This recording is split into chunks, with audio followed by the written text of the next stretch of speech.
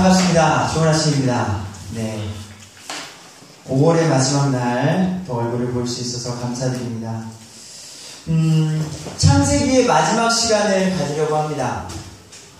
창세기라는 광대한 이야기가 있는 이 책을 이렇게 단시간 내에 전한다는 것이 너무나도 아쉬워요. 하지만 전체적인 틀을 우리 친구들이 숲을 보는 작업을 한다고 그러죠. 숲을 먼저 보고 나서 이제 차근차근 나무를 보는 훈련까지 우리 친구들이 들어가는 마음으로 시작을 해보도록 하겠습니다. 자, 창세기 생각해 보도록 하겠습니다. 자, 창세기는요, 성경에 가장 먼저 나오는 이 책은요, 전능하신 창조주께서 특별히 자신의 형상대로 사람을 창조하신 것. 그래서 여기 계신 한 사람 한 사람이 너무나도 소중하다. 아무리 동물이 귀엽게 생겼다 할지라도요, 동물일 뿐이고 없어지면 끝이지만 우리는 하나님의 형상, 지정의, 하나님은 영이라는 존재라고 했죠. 어떤 모습을 나타내는 게 아니라고 그랬어요. 하나님의 속성을 닮은 사람이라는 거죠. 우리를 창조하신 것과 그 뒤 죄가 은밀히 이 땅에 들어와서 나쁜 우리 안에 없었으면 좋겠던 그 미움, 시기, 질투, 살인, 음란, 이런 것들이 그냥 없어졌으면 좋겠는데 우리 안에 어느 누구나 존재한다는 거죠. 이런 것들이 이 세상에 들어와 하나님과 우리 사이를 멀어지게 있다는 거예요. 사람이 죽는 이유, 그래서 우리가 왜 죽는가, 만물이 쇠퇴하는 이유를 명확하게 가르쳐 주므로 생명을 주시는 예수 그리스도의 복음의 기초가 된다는 거예요. 이 세상 많은 역사자들의 책을 봐도요, 이렇게 세상이 어떻게 시작되었고 인간은 누구이며 이 세상은 어디로 가는가, 이렇게 명확하게 나온 이런 놀라운 영적인 책이 없다는 거예요. 네. 자, 성경 속으로 들어가 보도록 하겠습니다. 자, 우리 1장부터 보는 건 이제 어렵고요. 자, 31장부터 한번 요약을 해보도록 하겠습니다. 야곱이라는 사람이 있었다 그랬죠. 그리고 이 이름이 하나님께서 바꿔주시죠. 이스라엘. 자, 야곱이 이제는 삼촌 라반의 아들들과 질투를 하게 된다 그랬죠. 야곱, 제 빈털터리로 너무 쫓겨온 주제에 이제는 재물이 많아졌네 하면서 우리 라반의 아들들과 다툼이 일어나게 되고요. 결국 야곱이 라반을 떠나게 된 사건이 있었다 그랬죠. 예, 그리고 하나님께서 다시 야곱에게 베델이라는 곳으로 가라 라고 명령을 하시는 거죠. 예, 근데 32장에 고향으로 베델로 가려고 하는데 누가 와요? 형 에서가 400명을 데리고 온다 그랬어요. 근데 이 형이 어떻게 나를 환영해 주러 오는지 나를 죽이러 오는지 야곱은 모르는 거예요. 그러다 보니까 이곳에서 형님이 나를 죽이려고 오는가 보다. 내가 정말로 어렵고 힘든 상황 속에서 무엇이 나온다? 진정한 기도가 나온다. 정말로 힘들고 어렵고 정말로 벼랑 끝이라고 생각되는 순간, 하나님 당신이 정말 나를 살려주실 수 있는 분이시군요 라는 간절한 기도가 나오게 된다. 그래서 여러분들 아무리 힘들고 어려운 일이 있다 할지라도 인생을 포기하지 말고 낙심하지 말고 자꾸 그 두려움을 피하려고 하지 말고 부딪혀서 이겨내려고 하는 믿음의 여러분들이 되길 부탁드립니다. 그리고 이제 33장에 극적인 야곱과 에서가 화해되는 장면이 있다 그랬죠.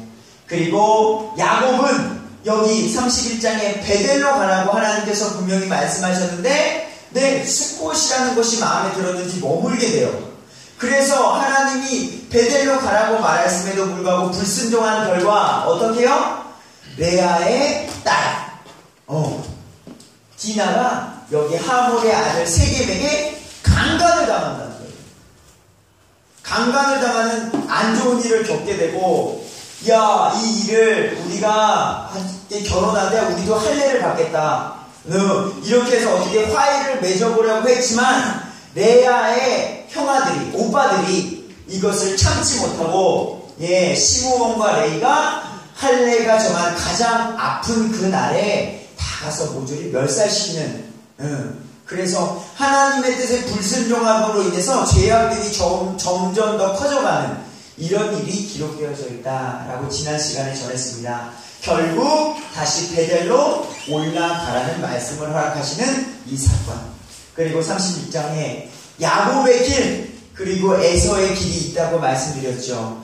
그래서 예수님을 나의 구주로 믿는 그 길과 예수님이 무슨 신이야, 예수님이 무슨 하나님의 아들이야, 예수님이 무슨 메시아야 라고 믿지 않고 세상으로 나가는 이 두 길을 지금 성경은 창세기 속에서 야곱과 에서의 길로 나타내고 있다.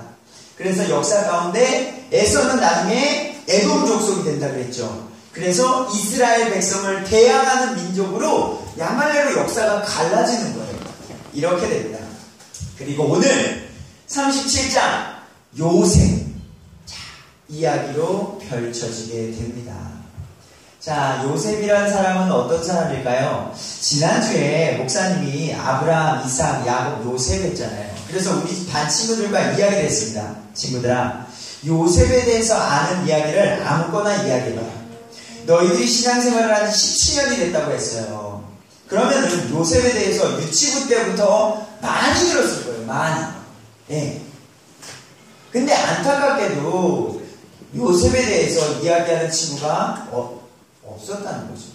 한 명밖에 없었다는 거죠. 한 명. 말씀을 우리 친구들이 지금 들을 때에 이 예배당에 왔잖아요. 하나님의 말씀을 한번 진정으로 들으려고 마음의 준비를 하고 이 자리에 앉아 계셔야 합니다. 목사님이 교육 설교를 함으로 인해서 여러분들에게 그냥 학교 공부처럼 여겨지는 실수가 있지 않길 바라요. 이 역사적인 사건은 하나님께서 우리에게 남겨신 간절한 하나님의 말씀이에요. 기도로 하나님의 응답을 받는 게 아니에요. 그거는 성경 완성 전이에요. 하나님께서 모든 말씀을 여기에 적어주셨단 말이에요. 우리가 성경을 바로 알고 성경 가운데 있는 하나님의 음성을 바로 듣길 바랍니다.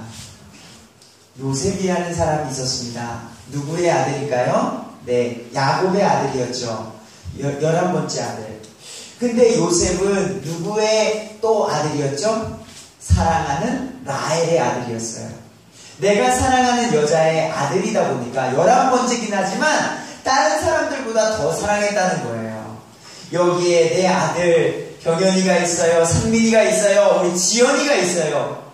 근데 우리 상민이가 내가 사랑하는 여자와 병현이는 첫 번째 여자, 우리 지연이는 첫 번째 여자의 여종과 낳은 아들이에요. 다 내 아들이긴 하지만 내가 가장 사랑하는 아들, 그 아들을 더욱더 아꼈던 거죠. 그래서 요셉에게 어떤 옷을 입혀요? 채색 옷을 입혔대요. 이 당시에 채색 옷은요 최고급. 아니 자식이면은 똑같이 사랑해줘야 됨에도 불구하고요, 요셉에게는 특별하게 비싼 옷, 특별하게 좋은 옷. 그러다 보니 우리가 인간적으로 얘기했을 때 좋겠어요? 아들, 자녀들 셋 있는 사람만 봐도요, 여러분들 아세요? 우리 엄마 아빠는 첫째만 사랑해. 우리 엄마 아빠는 막내만 사랑해. 자녀 셋만 있어도 그래요. 아니 둘만 있어도 그래요. 엄마는 누나만 좋아하잖아. 아빠는 동생만 좋아하잖아요. 이런 불만입니다.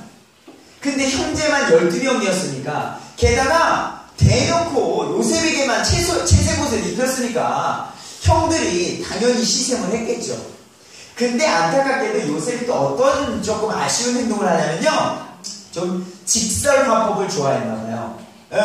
그래서 자기가 행한 형들이 잘못된 거 있으면 아빠 형들이요 이렇게 잘못된 거 했어요 라고서 고자질을 했다는 거죠.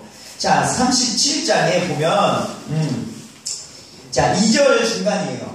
자, 아버지의 아내인 비라와 실바의 아들들과 함께 있을 때에 그들의 나쁜 행실을 자기 아버지께 보고하는 것이죠. 상현아, 동생이 있는데 네가 잘못할 때마다 동생이 잃는다고 생각해라. 동생 어떻게 하겠어요? 뼈도 못 추게 할 수도 있을 것 같아. 그러다 보니까 형들이요, 네, 정말 미워했습니다. 어떻게까지? 죽일 도록까지 미워했다는 거예요. 자, 어느 날이었습니다. 형들이요, 이제는 그 양떼들을 먹이러 멀리 나아가서 야곱이 요셉아, 형들이 잘 있는지 가서 보고 오너라. 그리고선 형들을 찾아가요. 그리고서 헤매다가 도단이라는 곳에 이르러서 형들을 발견하게 되는데, 거기는 넓은 광야니까 형들이 10명이서 몰고 있다가 이런 거지. 야, 저쪽 봐라. 여기 요셉 온다. 꿈꾸는 자 온다, 꿈꾸는 자. 아, 정말 밥맛이야. 에이, 야, 쟤 왜 오냐? 요즘 식으로 말하면 이렇게 하는 거예요. 그러자 형들이 저쪽에 오는 거 보고, 아, 쟤 진짜 가만두면 안 될 것 같습니다. 에? 쟤를요, 혼쭐을 내줘야 되겠어요. 하면서 막 형들이 이제 저쪽 오늘 모의를 하는 거지. 그때 루벤은 이렇게 하냐. 야, 목숨은 지켜주자. 목숨은 지켜주자. 나도 쟤 믿긴 미워. 근데 목숨은 지켜주자. 근데 그러고 나서 있다가 자, 저쪽 큰 우물이 있는 거야. 물이 없는 우물에 요셉이 형들 잘 있어요? 하고 왔는데 형들이 갑자기 힘으로 결박을 하는 거죠. 이 녀석. 그래서 우물에 그냥 빠뜨려버리는 거예요. 그러다가 유다가, 넷째 형 유다가 26절에 이렇게 말해요. 유다가 자기 형제들에게 이르되 우리가 우리 동생을 죽이고 그의 피를 숨기는들 무슨 유익이 있으려? 저기 이스마엘 족속 상인들이 오니까 우리 요셉을 팔아버립시다. 괜히 우리 손에 피 묻히지 말고 우리 눈에 보기 싫잖아요, 형님들. 동생들, 팔아버립시다. 그래서 은 20에 동생을 팔아버리는 거예요.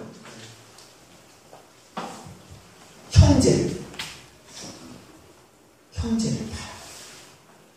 여러분, 결국에는요, 요셉은요, 보디발의 집으로 결국에는 팔려가게 됩니다. 형들은 어떻게 했겠어요? 야, 아버지가 요셉을 사랑하는 거 아는데 어떡하지? 요셉의 옷을 취합니다. 동물의 피를 묻힙니다. 동물의 피를 묻혀서 아버지, 이거 요셉 옷 아니에요?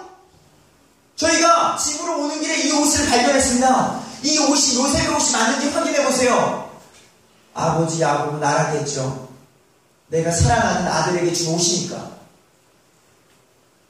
내 아들이 동물에게 찢겨 죽었구나. 통곡을 하면서 오는 거예요. 내 아들이 죽었구나. 내 사랑하는 아들.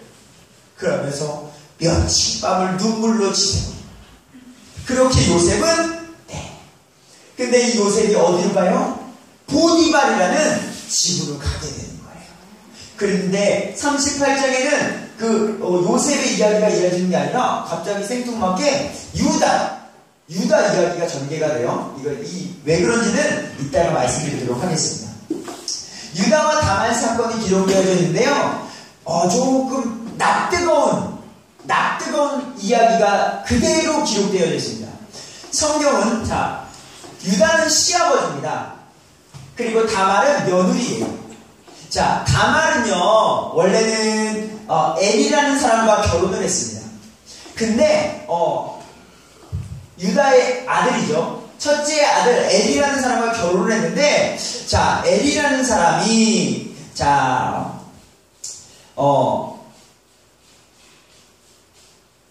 7절. 38장 7절인데요. 유다가 맏아들 엘이 주의 눈앞에 사악함으로 주께서 그를 죽이십니다. 자, 엘이라는 장자가 있었는데 삶이 너무나도 악했대요. 하나님의 뜻에 바르지 않고 온전하지 않다 보니까 첫째 아들을 하나님께서 죽여버리셨어요. 근데 이 당시에는 계보를 이어가야 하기 때문에 이 당시의 문화는 장자가 죽으면 둘째 차남을 첫째 며느리와 결혼을 합방을 시키는 거죠. 그래서 둘째 아들 오난이라는 이 아들을 이 둘째 아들을 다말과 합방을 시켜야 함에도 불구하고 이 오난이 다말과 함께 결혼하면 내 아들이 아니라 다말의 아들이 되기 때문에 동침을 하는데 자녀를 낳지 않게끔 자기가 한 거예요. 그 모습이 또 하나님께서 온전치 보지 못해서 오난도 죽여버립니다. 그리고 나서 셀라라는 마지막 막내가 있는데 아직은 나이가 어린 거예요. 그래서 때를 기다렸어요. 다말이. 시아버지 빨리 나도 아들 낳을 수 있도록, 자녀 낳을 수 있도록 도와주세요. 아직은 셀라가 나이가 어리니까 기다려라. 그리고 시간이 흘렀음에도 불구하고요, 셀라가 이제 어른이 됐습니다. 이제는 다말에게 보내줘야 돼요. 근데 이 마지막 아들도 죽을까봐 유다가 보내지 않습니다. 합방을 시키지 않아요. 그러던 어느 날 유다가 우리 먼 길을 가게 됩니다. 그 이야기를 듣고 며느리인 다말이 나 혼자 사는 여자나인 그 징표하는 옷을 벗어버리고요, 몰래 창녀가 됩니다. 창녀가 되어서 시아버지인 유다와 동침하게 됩니다. 그리고 나서 베레스와 세라라는 아이를 낳는 사건이 38장에 생뚱맞게 기록이 되어져 있는 사건이 있습니다. 이 사건이 왜 기록되어져 있는지 마지막에 말씀드리도록 하겠습니다. 그리고 39장에 37장의 말씀이 이어지는 거예요. 자, 요셉이 보디발의 집으로 들어가게 됩니다. 1절, 39장 1절, 요셉이 이집트로 끌려 내려가네 파라오의 직무 수행자. 이집트의 바로왕이라고 나와있죠. 파라오입니다. 파라오의 직무 수행자로 호위 대장인, 직급이 아주 높은 사람 보디발의 집에 들어가게 됩니다. 자, 질문하도록 할게요. 2절에 보면 주께서 요셉과 함께 계심으로 그가 형통한 자가 되어 그 주인 집 이집트 사람의 집에 있게 됩니다. 자, 여러분, 성경을 읽을 때에 바르게 읽어야 되는 또 어떤 요건 중 하나예요. 성경은 많은 역사 기록을요, 때로는 몇 줄로 요약해서 기록할 때가 있어요. 자, 2절 같은 경우가 그래요. 주께서 요셉과 함께 계심으로 그가 형통한 자가 되어 그의 주인인 이집트 사람의 집에 들어갔대요. 요셉은 어떤 사람이었을까요? 이것을 스스로 한번 생각해 보세요. 어떤 사람이었을까? 자, 요셉은요, 보디발의 집에 가서요, 자기가 노예로 팔려왔잖아요. 아무런 죄가 없는데 형들이 나를 죽이려 했습니다. 얼마나 억울해요. 게다가 채색 옷을 입었던 어떤 그 당시에 왕의 아들이 입었던 옷을 입었던 존재가 지금은 노예가 되었어요. 그래서 끌려가서 은 20에 팔리는 신세가 되었다는 거죠. 근데 그 요셉에게 있어서 세상이 왜 이 모양이야? 내 형제들은 왜 이 모양이야? 하나님을 믿는 사람이었잖아요. 하나님, 내가 뭘 잘못했습니까? 왜 나에게 이런 고난을 주셨습니까? 이랬을까요? 이런 사람에게 주께서 요셉과 함께 계심으로 그가 형통했다라고 나왔을까요? 아니라는 거예요. 억울했겠죠. 하지만 그 가운데 하나님이 나와 함께 계시다는 걸 믿는 가운데 행했다는 거죠. 자, 보디발의 집에 팔려갔어요. 팔려갔음에도 불구하고 그 가운데 그 가정을 위해서 성실하게 일해서 인정받았다는 거예요. 여러분들이 지금 학교에 있습니까? 학교 선생님에게 인정받도록 움직여야 된다는 거예요. 교회에 있어요? 교회 선생님과 목사님에게 인정받는 여러분이 되도록 노력하셔야 된다는 거예요. 그게 온전한 그리스도인의 모습인 거예요. 내가 나에게 어떤 권력을 쥐고 있는 사람들 앞에 가서는 나를 평가하는 어떤 사람들의 앞에 가서 네네네 하는 게 아니라 지금 우리의 삶에 주어진 하나님께서 정하신 그 공동체 가운데 그 지도자와 그 부모님과 그들에게 순종하는 자가 형통한 자가 될 수 있는 자격 조건이 있다는 거예요. 그래서 결국에는 요셉은 어떻게 됐대요? 4절입니다. 요셉이 그의 눈앞에서 은혜를 입어 그를 섬기네. 그가 그를 자기 집을 감독하는 자로 삼고 요셉을요 그 집의 넘버 2로 만들었다는 거예요. 노예로 데려왔어요. 노예로 데려왔는데 누가 봐도 지금 이 요셉이라는 자에게 주님께서 함께 하시는 게 느껴지는 거예요. 요셉이 왔던 자리가 가면 화목해. 요셉이 했던 일을 보면은 너무나도 풍성해져요. 요셉이 소와 막 이런 것들을 가꾸면 그것들이 풍성해져요. 누가 봐도 하나님이 그와 함께 하시고 성실하고 말과 행동과 생각과 뜻이 하나님의 뜻에 있다 보니까 하나님께서 역사하시게 된다는 거죠. 그러다 보니까 보디발의 집에 넘버 2가 된다는 거예요. 근데 이게 웬일이에요? 그렇게 지내면 좋겠는데 요셉에게 뭐가 와요? 유혹이 와요. 유혹이 와요. 자, 아주 센 유혹이 옵니다. 남자들에게 있어서는 아주 넘어지기 쉬운 유혹이 와요. 뭐예요? 보디발의 아내가 요셉을 유혹하는 거예요. 돈 많고 예쁘장한 여자가 유혹하는 거예요. 자, 보도록 하겠습니다. 자, 7절입니다. 자, 6절에, 하반절에 요셉은 용모가 준수하면 잘생겼다고 나와요. 요셉은요. 일도 잘하죠. 잘생겼죠. 이제는 넘버 2가 됐죠. 어느 누가 봐도 멋쟁이였다는 거죠. 자, 7절. 이 일들 뒤에 그의 주인의 아내가, 보디발의 아내가 요셉에게 눈길을 보냅니다. 그러면서 꼬시는 거죠. 요셉, 나랑 같이 자자. 요셉, 너 젊잖아. 너 혈기왕성하잖아. 나랑 자자. 잠자리를 함께 하자. 달콤한 추억이죠. 아무도 모르는 데서.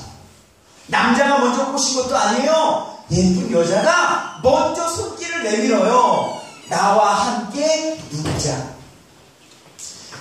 이거는 치명적인 유혹이에요. 유혹. 근데 이때 당시에 요셉이 행한 행동을 보세요. 여러분들이 세상에 유혹이 왔을 때에 이런 모습을 보이면 돼요. 8절. 요셉이 거절하며 자기 주인의 아내에게 이르되 보소서.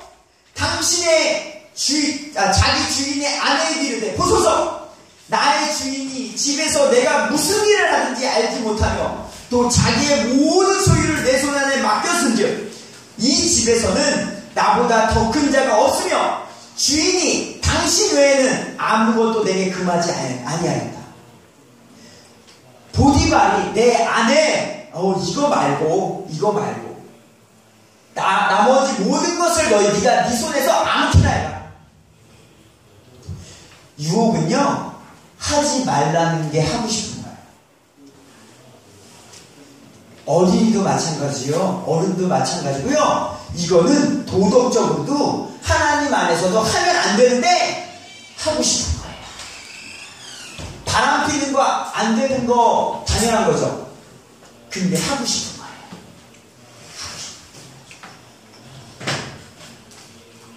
유혹이란 건 이런 거예요. 거기서 요셉은 어떻게 했어요? 자, 그녀가 10절이에요. 그녀가 한 번만 한 게 아니에요. 그녀가 날마다 요셉에게 말하였으나 요셉이 그녀의 말에 귀를 기울이지 아니하며 옆에 눕지 아니할 뿐만 아니라 함께 있지도 않았다. 종아에게 제가 칭찬해주고 싶은 게 하나 있습니다. 스마트폰을 바꿨습니다. 아주 성경적인 방법입니다. 내가 스마트라는 유혹을 이겨낼 수 없을 때는요 그것을 치워버려야 되는 거예요. 그게 성경적인, 내가요 여자에 약해. 상현이가 남자답게 저렇게 있지만 여자가 꼬시면 막 넘어와. 그래서 어떤 사람은 내가 이 유혹을 이겨내리라 수많은 여자들 있는데 자기가 가는 거야. 그러면서 내가 1시간 2시간 버티는 거지. 내가 안 넘어가리라. 아주 어리석은 거예요. 그런 유혹을 아예 제거를 해버려야지 지혜로운 사람인 거예요. 내가 술 중독에 빠지고 술 유혹이 있어요. 내가 그래 니랑 나랑 한번 싸워보자. 술을 10병을 가져다 놓고 내가 일주일 동안 내가 너를 먹나 안 먹나 나 자신과의 싸움을 해보자. 내가 안 먹는다. 이건 어리석은 싸움이라는 거죠. 세상에 그런 유혹이 왔을 때 요셉은 자기가 넘어질 걸 알기 때문에 박차고 나가버리는 거예요. 게다가 요셉의 기준은 뭔지 아세요? 9절입니다. 하반절 말씀인데요. 이게 보디발 내 주인에게 죄를 짓는 게 아니라 그런즉 내가 어찌 이 큰 악을 하나님께 죄를 지으리까 라고 말하는 거예요. 요셉은요 지금 보디발의 집에서 살아가는 그 모든 게요 보디발에게 잘 보이려고 하는 게 아니에요. 나는 하나님을 두려워하는 사람입니다. 하나님께서 주신 그것, 하나님께서 나를 어찌되건 억울하게 형님들에게 팔리고 노예로 해서 보디발의 이쪽으로 오게 했어요. 하나님께서. 그러므로 인해서 나는 이곳에서 하나님께 최선을 다하는 삶은 내가 노예이기 때문에 주인이 당신을 섬기는 거예요. 그리고 내가 보디발의 아내와 잠자리를 하지 않는 것도요 하나님의 뜻이 그렇기 때문에 안 하는 거지. 물론 보디발이 내 주인의 아내라서 안 하는 것도 있지만 요셉의 고백은 그거예요. 하나님께 죄를 지으니까. 그래서 여러분들은요 도덕적으로 살기 이전에 하나님의 뜻 가운데 살아가는 생활 방식이 주어져야 된다는 거죠. 그리고 이런 누명 속에서 요셉은 어디요? 또 누명을 쓰게 됩니다. 보디발의 아내가 요셉 나랑 같이 자 하면서 요셉의 옷을 잡았을 때 요셉의 옷을 뿌리치고서 도망을 가게 되는 거예요. 이제 보디발의 아내가 화가 나겠죠. 노예로운 주제에 내 유혹을 뿌리쳐? 괘씸한 요셉의 옷을 가지고요 여보 보디발 당신이 데려온 저 종이 나를 희롱하려 했어요. 거짓말을 하는 거예요. 누명을 쓰는 거예요. 지금 어찌돼서 지금 보디발의 집에 넘버2가 됐는데 자기는 죄도 안 졌는데 그 악한 여자가 자기를 꼬셨음에도 불구하고 여보 저 요셉이라는 사람이 나를 꼬셔서 희롱하려고 했어요. 보디발이 엄청나게 진노했다고 나옵니다. 19절. 결국 어떻게 돼요? 이런 나쁜 녀석 감옥으로 보내버려라. 아무데도 짓지 않은 그 요셉은 감옥으로 가게 돼요. 그리고 나서 누명 속에서 감옥 생활을 하게 됩니다. 재미난 건 그 감옥은 어떤 곳이었느냐? 20절입니다. 39장 요셉의 주인이 그를 잡아 감옥에 넣었는데 그 감옥은 특수한 감옥인데 이곳은 왕의 죄수들이 묶은 곳이에요. 어떤 좀도둑들이 오는 감옥이 있고요. 어떤 계급 높은 사람들이 죄를 졌을 때 들어가는 감옥이 있어요. 그곳에 갔다는 거예요. 근데 하나님께서 또 역사하시는 게 있습니다. 40장이죠. 자, 요셉이 감옥 생활을 또 열심히 하고 있었습니다. 그곳에서도 요셉은 어떻게 했을까요? 네, 신기한 부분이요. 요셉을 보면서 제가 고난 가운데 요셉을 많이 생각하는데 여기서도 성실하게 주님께서 나와 함께 하시는 듯이 일을 하는 거예요. 그러다 보니까 그 감옥 속에서도요 그 감옥을 관리하는 반장 같은 사람이 된 거예요. 대단하지 않아요? 이제는 세상에 좀 불만을 가질만 하지 않습니까? 왜 세상은 이 모양이야? 왜 세상은 이래? 하나님 왜 그러세요? 어찌되건 감옥 속에서도 그런 삶을 보이다가 어떤 두 사람이 감옥에 오게 됩니다. 자, 고위직 관리자인데요. 한 사람은요 잔 맡은 자예요. 한 사람은 빵 굽는 자예요. 자, 그 당시에는 왕이 있으니까요 이런 거예요. 왕에게 독국물을 탈 수가 있잖아요. 왕이 먹는 음료에다가 독국물을 탈 수가 수가 있기 때문에 대신 그 잔을 점검하는 왕이 신하가 있었던 거죠. 그 사람이 실수를 범해서 감옥에 오게 되고요. 또 빵 굽는 자, 왕에게 드리는 빵 굽는 자가 있는데 그 사람이 실수를 한 거예요. 그래서 감옥에 오게 된 거죠. 근데 이 사람들이 꿈을 꿨대요. 꿈 사건이 들어가게 됩니다. 두 사람이 꿈을 꾸게 되는데, 자, 잠 맡은 자가, 자, 이렇게 꿈을 꿉니다. 자, 감옥의 5절, 40장 5절, 감옥에 묶여있던 이집트 왕의 잠 맡은 자와 빵 굽는 자가 둘 다 꿈을 꾸되, 하룻밤 사이에 꿈을 꾸게 되었습니다. 자, 9절, 잠 맡은 자가 이렇게 이야기를 합니다. 10절, 포도나무에 가지 3개가 있었고 그것은 마치 싹이 나서 꽃이 피어 꽃송이들이 익은 포도를 내는 것 같도다.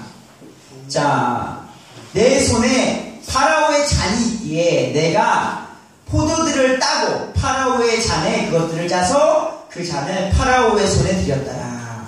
포도나무가 있었대요. 근데 가지가 3개 있는데 그 포도 열매를 짜서 파라오의 잔에 짰대요. 그리고 떡 굽는 자는 떡 3단이 있는데 그 맨 위에 1, 2, 3단에 맨 위에 거는 파라오에게 주는 떡이었는데 새들이 와서 쪼아 먹었다는 거죠. 이 꿈을 꾸고 너무 힘들어하는 가운데 요셉이 그 꿈을 하나님의 지혜로 해석을 해주는 거예요. 잠 맡은 자여, 당신은요 3일 안에 다시 왕 옆에로 가서 복귀하게 됩니다. 다시 바로가 당신을 복귀시킬 겁니다. 떡 맡은 자여, 빵 굽는 자여, 당신은 3일 뒤에 죽을 겁니다.